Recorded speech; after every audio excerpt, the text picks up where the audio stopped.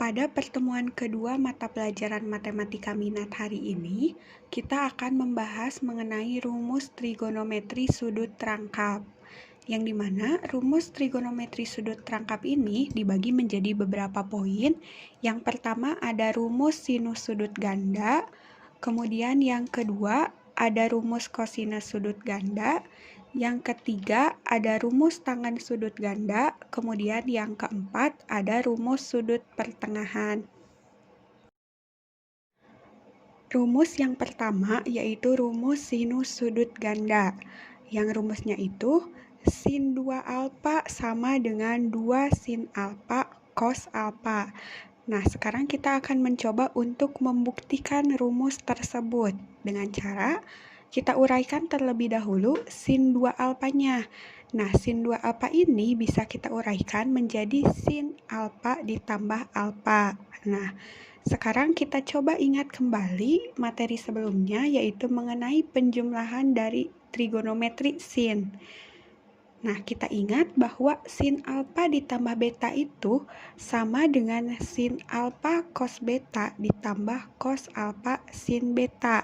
Maka sin alfa ditambah alfa sama dengan sin alfa cos alfa ditambah cos alfa sin alfa. Nah, sekarang tinggal kita kalikan. Sin alfa dikali cos alfa sama dengan sin alfa cos alfa. Kemudian ditambah cos alfa dikali sin alfa sama dengan sin alfa cos alfa.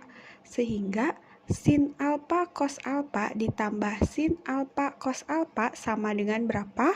Sama dengan 2 sin alfa cos alfa.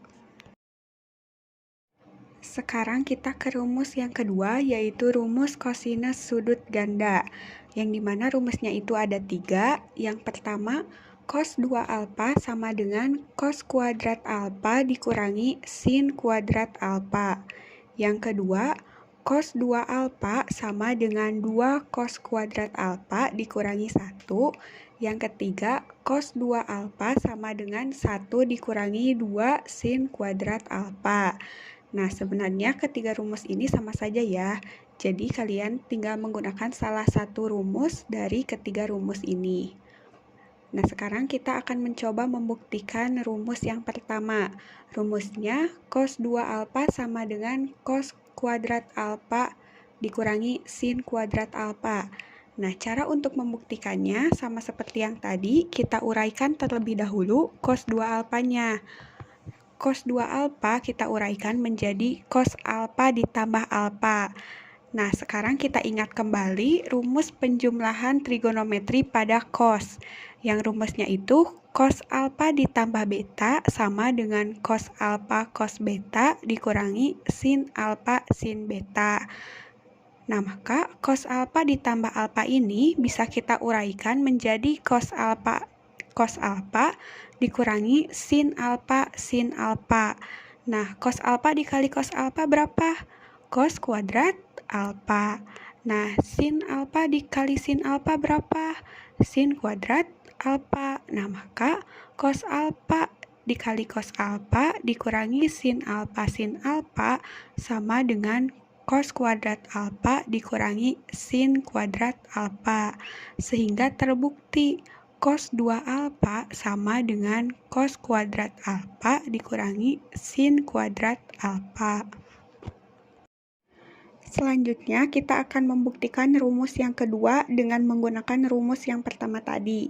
Nah, pada rumus yang pertama tadi sudah kita peroleh bahwa cos 2 alfa itu sama dengan cos kuadrat alfa dikurangi sin kuadrat alfa. Nah, untuk membuktikan rumus yang kedua, kita ingat kembali identitas dari trigonometri, yaitu sin kuadrat alfa ditambah cos kuadrat alfa sama dengan 1. Maka kita peroleh sin kuadrat alfa itu sama dengan 1 dikurangi cos kuadrat alfa. Sehingga sin kuadrat alfa di sini kita ganti dengan 1 dikurangi cos kuadrat alfa.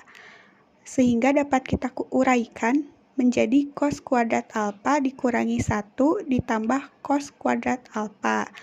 Nah, cos kuadrat alfa ditambah dengan cos kuadrat alfa sama dengan 2 cos kuadrat alfa. Nah, sehingga terbukti cos 2 alfa itu sama dengan 2 cos kuadrat alfa dikurangi 1. Selanjutnya, kita akan mencoba membuktikan rumus yang ketiga dengan menggunakan rumus yang pertama tadi sama. Nah, pada rumus yang pertama sudah kita peroleh bahwa cos 2 alfa itu sama dengan cos kuadrat alfa dikurangi sin kuadrat alfa. Nah, kita ingat kembali identitas dari trigonometri, yaitu sin kuadrat alfa ditambah cos kuadrat alfa sama dengan 1. Maka kita peroleh nilai dari cos kuadrat alfa itu sama dengan 1 dikurangi sin kuadrat alfa. Sehingga di sini kita ganti cos kuadrat alfanya dengan 1 dikurangi sin kuadrat alfa dikurangi sin kuadrat alfa, atau sama dengan 1 dikurangi 2 sin kuadrat alfa.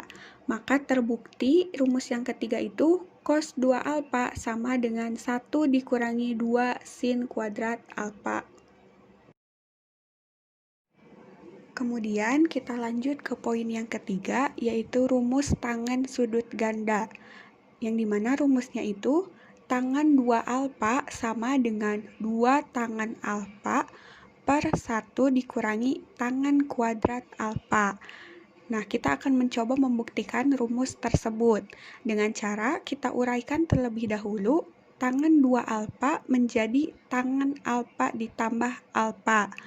Nah, kita ingat kembali rumus penjumlahan trigonometri pada tangen, yang rumusnya itu tangen alfa ditambah beta sama dengan tangen alfa ditambah tangen beta per 1 dikurangi tangen alfa dikali tangen beta.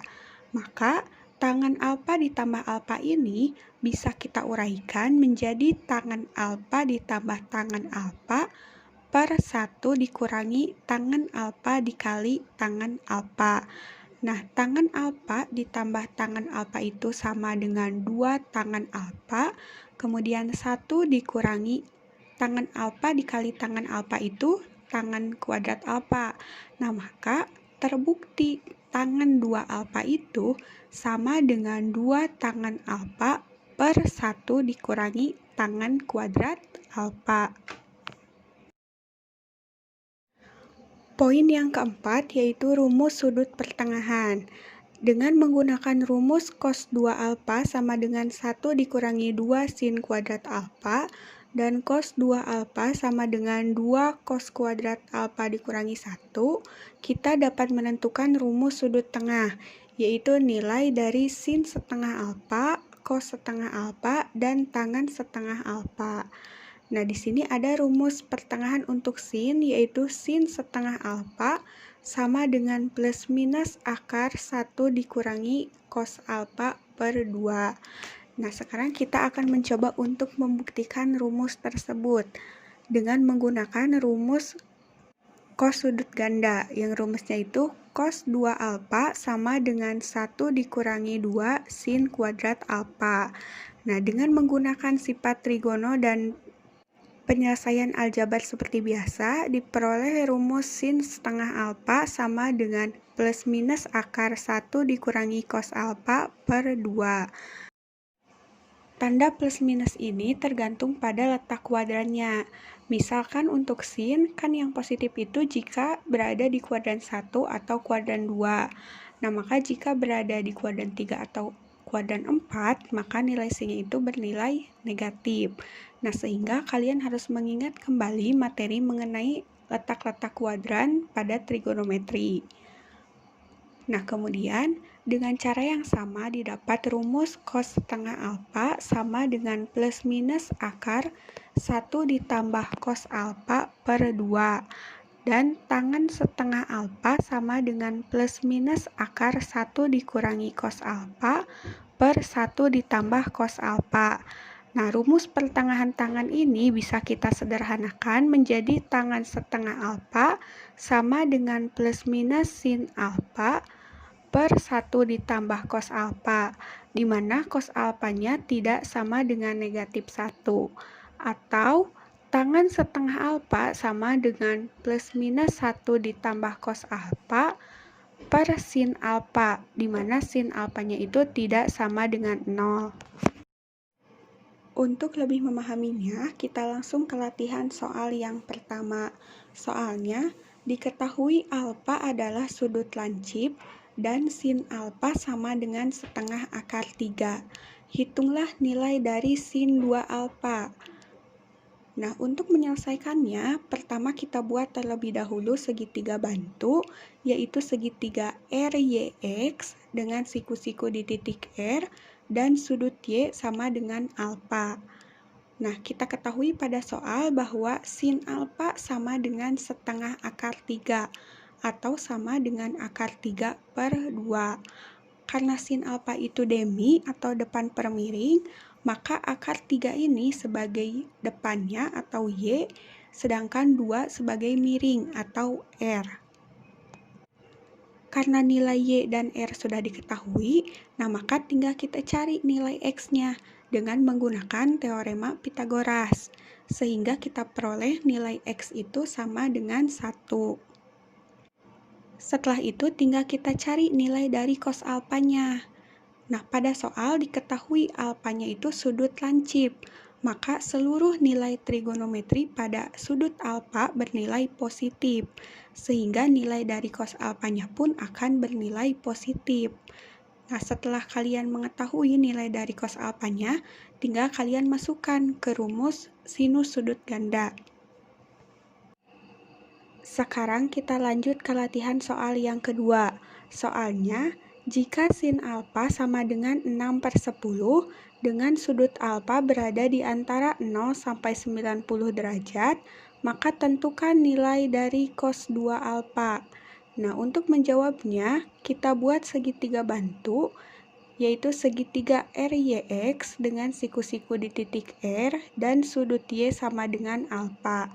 Nah, pada soal kita ketahui bahwa sin alfa itu sama dengan 6/10. Karena sin alfa itu sama dengan demi atau depan per miring, maka 6 di sini sebagai sisi depan, sedangkan 10 sebagai sisi miring. Nah, tinggal kita mencari nilai X atau sisi sampingnya dengan cara kita gunakan teorema Pythagoras, sehingga diperoleh nilai X itu sama dengan 8. Nah, karena pada soal sudah diketahui sin alfa itu sama dengan 6/10, atau dapat kita perkecil menjadi 3/5, maka tinggal kita mencari nilai cos alfanya.